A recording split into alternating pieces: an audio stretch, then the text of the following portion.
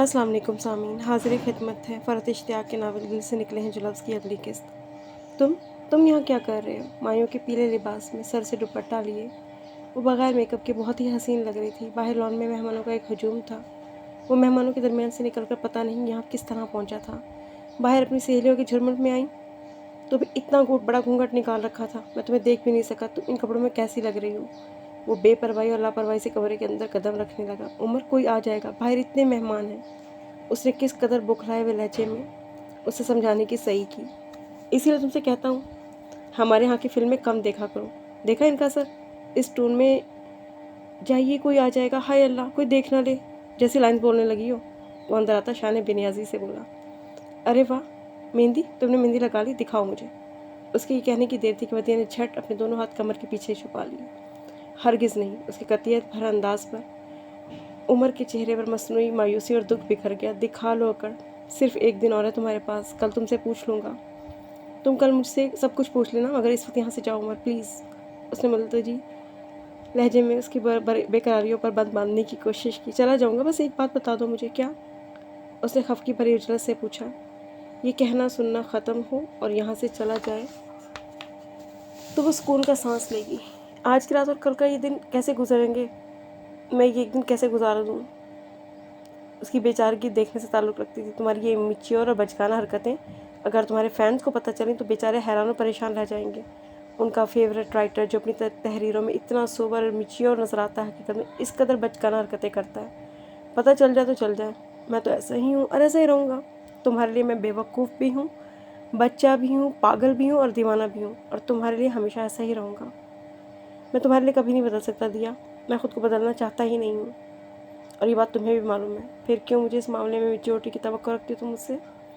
वो उसके मनमोहने रूप को अपनी निगाहों में समाता बड़ी बारफ्तगी से बोला, और वो बेख्तियार अपनी नज़रें झुकाने पर मजबूर।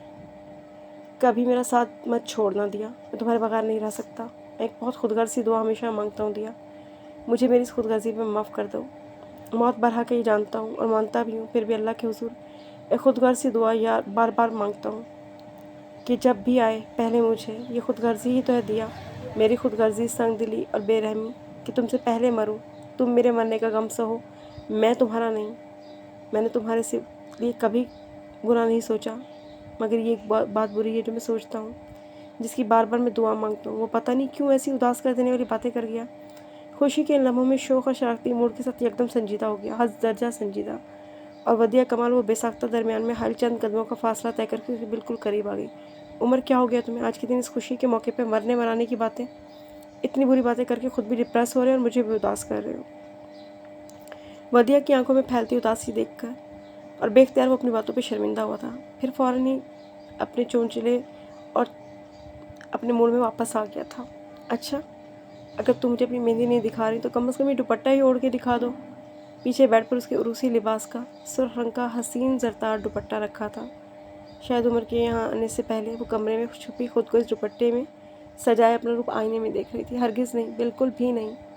अच्छा तो दूल्हा मियाँ यहाँ मौजूद है, बाहर सब जगह ढूंढ पड़ रही है कि मेहमान खुसूसी कहाँ तशरीफ़ ले गए। ये छापा वदिया की किसी कज़न या सहेली ने मारा होता तो खैर थी, मगर तो यहाँ आने वाली शख्सियत अब्बा मियाँ की थी। वो इसे तलाश करते हुए यहाँ पहुँच जाएंगे, उसे उसकी उम्मीद भी नहीं थी। वदिया की शादी की खुशी में वो अपनी सारी कमज़ोरियाँ और बीमारियों को भुलाए बड़े चाको चावन और मुतहरिक सारे घर में घूमते और तकरीबात के इंतज़ाम करते नज़र आ रहे थे। जी अब्बा मियाँ, वो जी में वो खसियाना से सर खुजाता इन्हें अपनी मौजूदगी के वजूहात से आगाह कर रहा था। वो मुस्कुराहट जब्त करते उसकी बौखलाहट का मज़ा ले रहे थे, और वदिया सर झुकाए ज़ेरे लब मुस्कुराती इस सूरत हाल से सिर्फ मज़ा उठा रही थी। 21 जून 1986। ख्वाबों की हसीन ताबीर लिए वो दिन आखिर आ पहुंचा जब इन दो लोगों की ज़िंदगियों में खुशी ने हमेशा हमेशा के लिए आकर ठहर जाना था। गुजरी तमाम रात वो जागता रहा था, खुशियों की ज़िंदगी में हमेशा हमेशा शामिल होने लगी थी। वो गिन गिन के पलों को गुजारता रहा था। फिर 21 जून की सुबह नाश्ते से फारिग होते ही उसने अपने अपार्टमेंट को फूलों से सजाना शुरू कर दिया।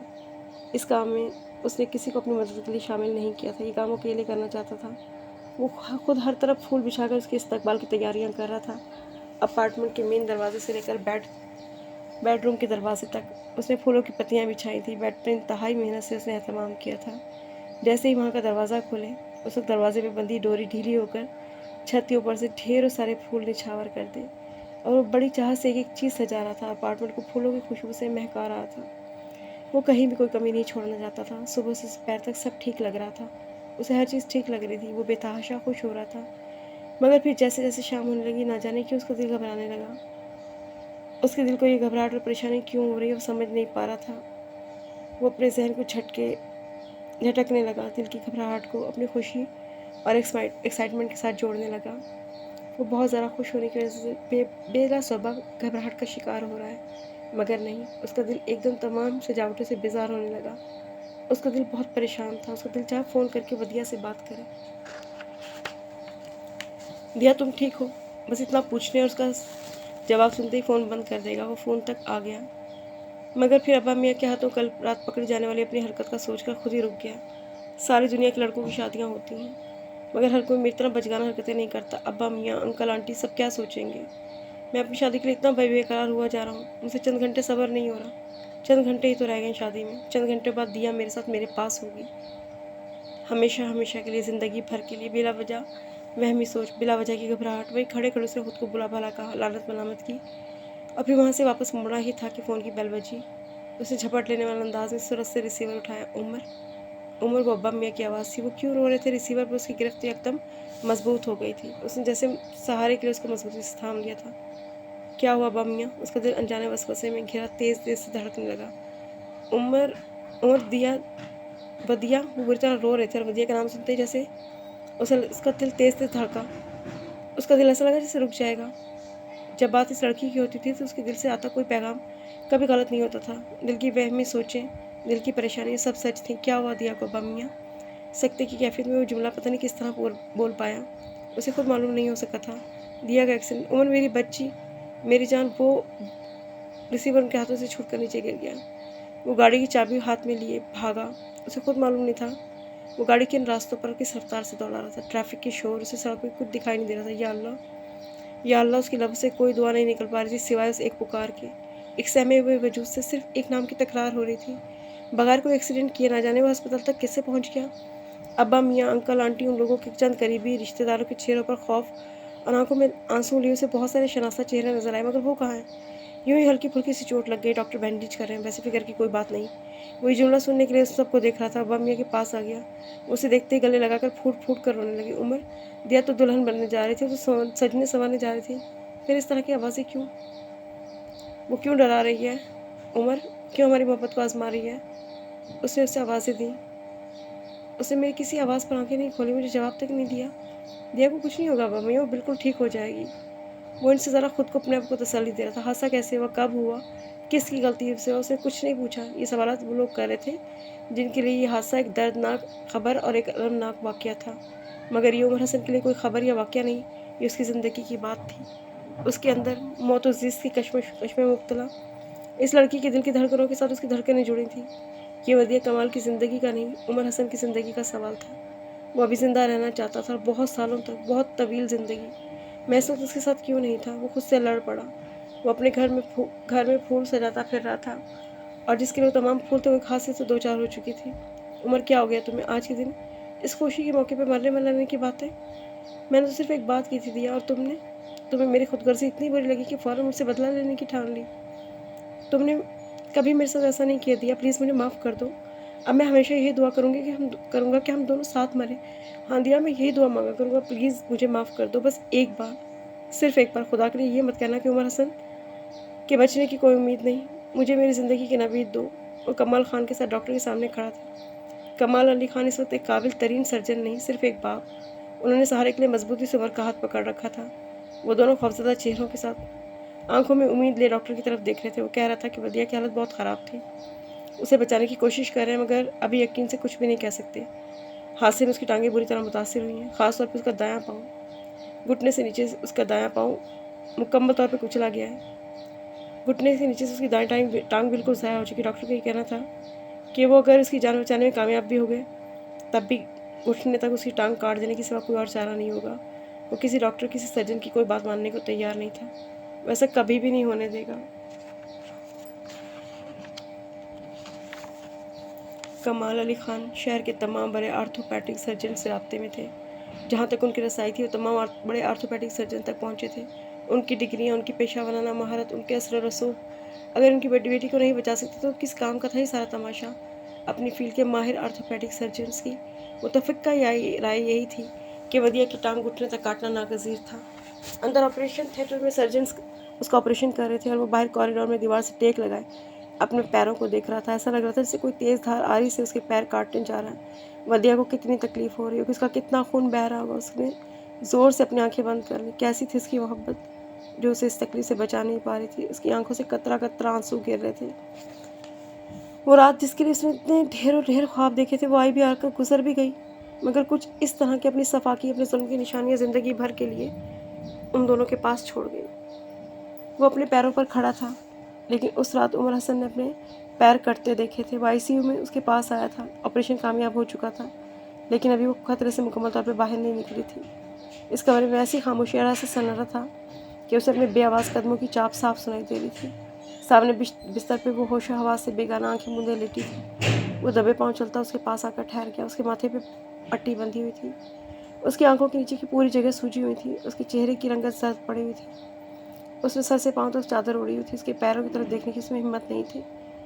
फिर वो एक कदम आगे बढ़ा और आहिस्ता से उस पर झुका। जल्दी से ठीक हो जाओ, तुम्हें पता है ना तुम मेरे लिए क्या हो। चंद लम्हों तक बगैर उसके सर्द चेहरे को देखते रहने के बाद वो सीधा हुआ तो निगाह उसके हाथों में पड़ी। हरगिज़ नहीं, कल से तुम पहली मेहंदी नहीं देख सकते, किसी कीमत पर भी नहीं देख सकते। उसके लबों से एक आह निकली। उसकी आंखें अश्कों से भर गईं। उसके दोनों हाथों पर उसके नाम की मेहंदी रची हुई थी। उसने उसके सुइयों और तारों में जकड़े हुए हाथों को अपने हाथ में लेकर आहिस्ते से चूमा। मेरे लिए ठीक हो जाओ प्लीज़, जल्दी। मैंने अपना अपार्टमेंट तुम्हारे लिए कितना अच्छा सजाया, तुम देखोगी तो हैरान रह जाओगी। वहाँ मैंने तुम्हारे लिए इतने ढेर सारे फूल सजाए हैं, और हमारा लंदन का अपार्टमेंट, उसके बारे में तुम्हें बताया ही नहीं। मैं तुम्हें सरप्राइज़ देना चाहता था। बोलते बोलते उसकी आवाज़ भर आ गई। वो अपना जुमला मुकम्मल नहीं कर पा रहा था। डॉक्टर्स कह रहे हैं कि अब खतरे की कोई बात नहीं, वदिया बिल्कुल ठीक हो जाएगी। क्या वाकई अब वो ठीक थी? वो अपने जिस्म के एक अहम तरीन हिस्से से महरूम कर दी गई थी। जब वो होश में आएगी और उसे ये पता चल जाएगा कि उसके जिस्म का एक हिस्सा काट कर फेंक दिया गया है और वो अपने कदमों पर पहले की तरह कभी नहीं चल पाएगी, वो कैसे सहेगी इस दुख को? ज़िंदगी ने इतना बदसूरत खेल खेला था उमर हसन के साथ कि वो चाहते हुए भी कुछ ऐसा नहीं कर सकता था जिसके बायस उसे इस दुख से बचा ले। उसे इन 3 लोगों को संभालना था जिन्हें मुश्किल की इस घड़ी में उसकी सबसे ज़्यादा ज़रूरत थी।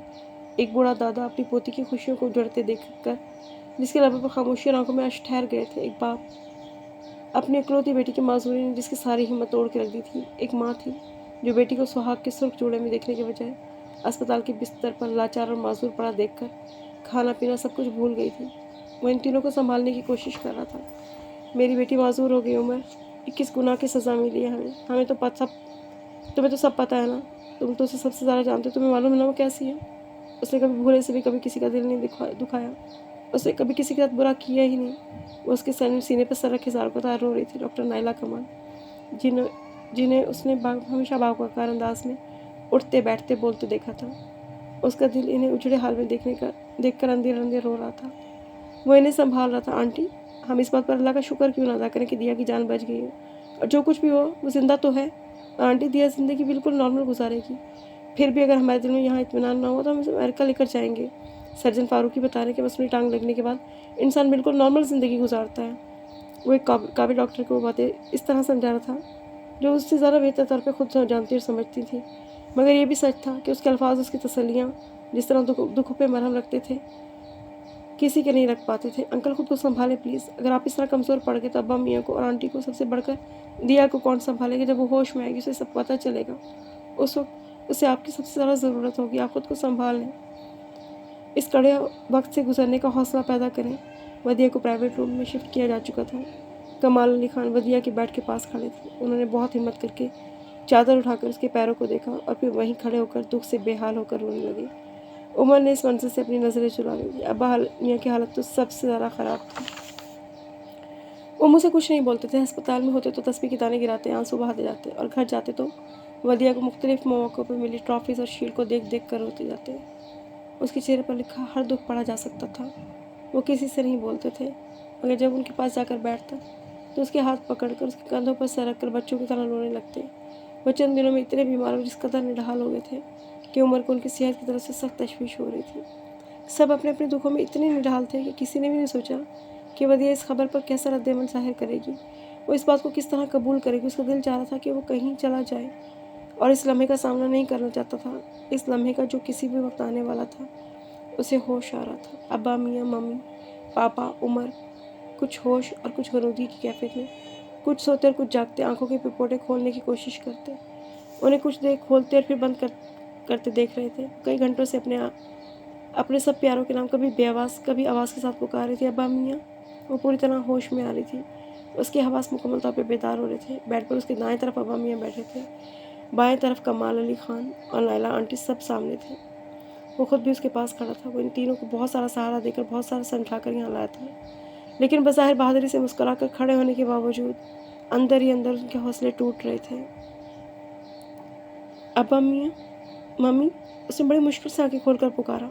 नायला कमाल, जो उमर के समझाने पर बहुत देर से आंसुओं को रोकने की कोशिश कर रही थी, वदिया को आंखें खोलते देखकर उनके ज़ब्त के सारे बंधन टूट गए। मुंह पर हाथ रखकर रोते हुए भागकर कमरे से बाहर निकल गई। वदिया की नज़रें अपने पास बैठे अब्बा मियाँ पर जमी थी। उन्होंने उसके माथे पर शफकत से हाथ रखा, मगर वो भी कुछ बोल नहीं पा रहे थे। जान से ज़्यादा अजीज़ पोती पर आ गई कि इस क़यामत खेज़ लम्हे में उनकी तमाम हिम्मतें, सारी क़ुव्वतें गोयाई ख़त्म हो चुकी थी। वो तेज़ी से चलता वदिया के पास आ गया। अब्बा मैं तुम्हारे पास बैठे हैं दिया। अंकल भी यहीं हैं, आंटी भी अभी थोड़ी देर पहले यहाँ से गई हैं। वो बहुत थक गई हैं ना। मैंने उनसे कहा कि अब हम तीनों यहाँ हैं, आप अब घर जाके आराम करें। मैंने ठीक किया ना दिया। उसके चेहरे पे मुस्कुराहट थी, लहजा भी बहुत हमवार और पुरसुकून था। इसमें दूर दूर तक किसी गम या दुख की परछाई तक नहीं थी। उमर, उसने गर्दन कदर तिरछी करके उसे देखा। उसकी निगाह उमर के मुस्कुराते चेहरे पर थी। तुम्हारा एक्सीडेंट हो गया था दिया, कितना परेशान किया तूने हम सबको। अब्बा मियाँ की हालत देखो, तुम्हारी वजह से कितने फिक्रमंद हैं। ज़रा अस्पताल से डिस्चार्ज हो जाओ, फिर देखना मैं तुमसे कितना लड़ूंगा। वो बूढ़े दादा और कमज़ोर पड़ते बाप कुछ नहीं बोल पा रहे थे और बस अपने आंसुओं को जब्त करके जबरन मुस्करा रहे थे। वदिया ने सीने से ऊपर तक चादर ओढ़ी हुई थी। उमर का जवाब सुनकर उसे चौंक कर बेड को अपने हाथ से पेवस्त हुई को और अपने ऊपर पड़ी चादर को देखा। एक्सीडेंट? उसने जहन पर जोर डाला, जैसे सब कुछ उसे याद करना चाह रही। हाँ हाँ भाई, एक्सीडेंट। अंकल ज़रा बताइए तो सही, इन मोहतरमा को कितना सताया इसने हम सबको। उसने जल्दी से वदिया की तरफ जो अंकल की तरफ मबजूल करवाई कि क़यामत का वो लम्हा कुछ देर के लिए सही टल जाए। दिया, अगर मेरे बस में होता तो मैं अपनी जान देकर भी तुम्हें इस दुख से बचा लेता। वदिया कुछ उलझी हुई लेटी थी। अब वो मुकम्मल तौर पर होश में थी। उसके चेहरे पर तशवीश और परेशानी के आसार थे। उसके साथ क्या हुआ ये तो उसे पता नहीं चल रहा था, लेकिन कुछ हुआ ज़रूर है, ये उसका दिल बता रहा था। उसने चादर से हाथ निकाल कर अपने दोनों हाथ देखे, फिर उसने अपने दोनों पैरों को हिलाना चाहा और वो लम्हा आ पहुँचा था। उमर, मेरे पाँव। अब्बा मियाँ और कमाल अली खान की मौजूदगी को फरामोश करते हुए उसने मजबूती से वदिया का हाथ अपने हाथ में पकड़ लिया। कुछ नहीं हुआ दिया, तुम बिल्कुल ठीक हो। नहीं, मेरे पाँव। उसने झिझलाकर दोबारा अपने पाँव को हिलाना चाहा। उसका बायां पैर मुकम्मल तौर पर पट्टियों में जकड़ा हुआ था। पट्टियों में जकड़े होने के सबब उसे हिला तो नहीं पा रही थी, लेकिन वो उसे महसूस कर रही थी। उसे अपना बायां पाँव महसूस हो रहा था और दायां। उमर, मेरा पैर, आई कांट फील इट। अब्बा मियाँ, मेरा पैर। उसका हाथ जोर से झटक कर जोर से चिल्लाई। उसे खुद में से चादर खींच कर दूर उतार कर फेंक दी। मेरा पैर कहाँ है? वो उठकर बैठ नहीं सकती थी। फिर उसने उठने की कोशिश की। पीछे खड़ी नर्स ने उसे संभालने के लिए फ़ौरन आगे बढ़ी। दिया, मेरी बात सुनो, कुछ नहीं हुआ है। उसे आवाज़ दे रहा था, मगर वो कुछ नहीं सुन रही थी। मेरा पैर कहाँ है? उसे धक्का देकर दूर हटाने लगी। न जाने इसमें इतनी ताकत कहाँ से आ गई थी। रोते हुए जुनूनी अंदाज में चिल्लाती, वो किसी को करीब नहीं आने दे रही थी। कमाल अली खान आंसुओं पर ज़ब्त के पहरे बिठाकर उसे संभालने की कोशिश कर रहे थे। उसकी सिसकियाँ पूरे कमरे में गूंज रही थी। उसकी चीखें कॉरिडोर के आखिरी सिरे तक सुनी जा सकती थी। आखिरकार डॉक्टर को उसे इंजेक्शन देना पड़ा। चंद लम्हों बाद एक बार फिर गाफिल हो चुकी थी। कमरे में अब खामोशी थी। उसके चेहरे, गर्दन और हाथों पर से खून रिस रहा था। नर्स ने शायद उसकी तवज्जो इस तरह तवज्जो भी दिलाई। उसने बेध्यानी में गुमसुम से अंदाज में उसकी बात सुनी थी। वो उस वक्त तन्हाई चाहिए थी, मुकम्मल तन्हाई। वो रोना चाहता था। वो इस वक्त किसी ऐसी जगह जाना चाहता था जहाँ कोई उसे ना जानता हो। मगर आंखें बंद करके वो खड़ी खड़ी से सांसें लेते, अब्बा मियाँ सर झुकाकर आंसू जब्त करते, कमाल अली खान और बाहर कॉरिडोर के किसी कोने में बेटी की चीखें सुनकर खुद भी चीख चीख कर रोने वाली आंटी। वो इन लोगों को छोड़कर कैसे जाए? उसे हिम्मत करनी है, बहादुर बनना है। चीख चीख कर रोने की अपनी ख्वाहिश को अंदर दबाकर वो कमाल अली खान के पास आया। वो नायला के पास गया। उन्हें अपनी बातों से हौसला दिया। उनके आंसुओं को अपनी पोरों से पूछा। उन्हें अपने कंधे पर सर रखकर खूब खुलकर रोने दिया।